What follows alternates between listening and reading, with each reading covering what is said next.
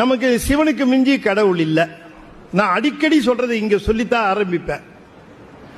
சிவபெருமானுக்கு சொல்லப்படுகிற அடையாளங்கள் வேறு எந்த கடவுளுக்கும் சொல்லப்பட முடியாது.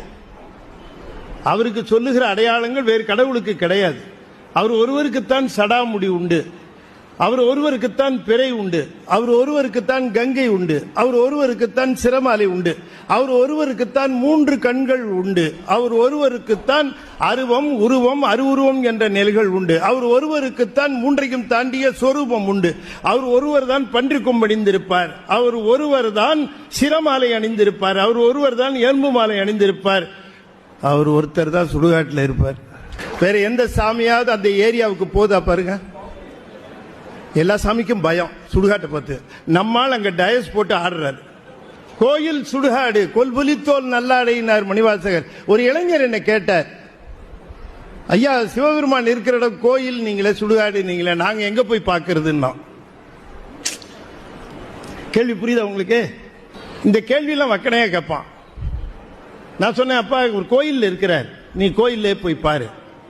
ஆனா எல்லா பயிலும் கோயிலுக்கு வருவான்னு சொல்ல மாட்டேங்கிறான். இவன் கோயிலுக்கு தான் வரமாட்டேன்னு சொல்ல முடியுமே தவிர,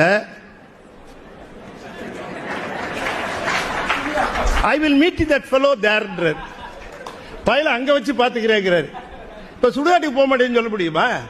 அங்க சிவபெருமான பார்த்து தான் ஆகணும். அதுவே தான் கோயில் அவருக்கு. இவன் கோயிலுக்கு போக மாட்டேன்னு சொல்றவெல்லாம் அங்க போய் தான் தீரணும்.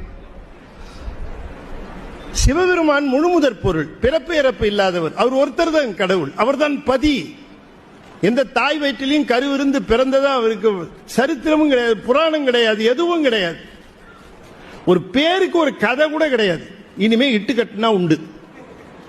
அவருக்கு எந்த பிறப்பும் கிடையாது. பிறப்பு இறப்பு இல்லாதவர் தானே நம்முடைய பிறப்பு இறப்பை நீக்க முடியும். சொல்லுங்க.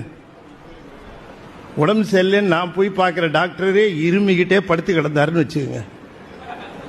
என் நோய் எப்படி அவர் தீர்ப்பாரு?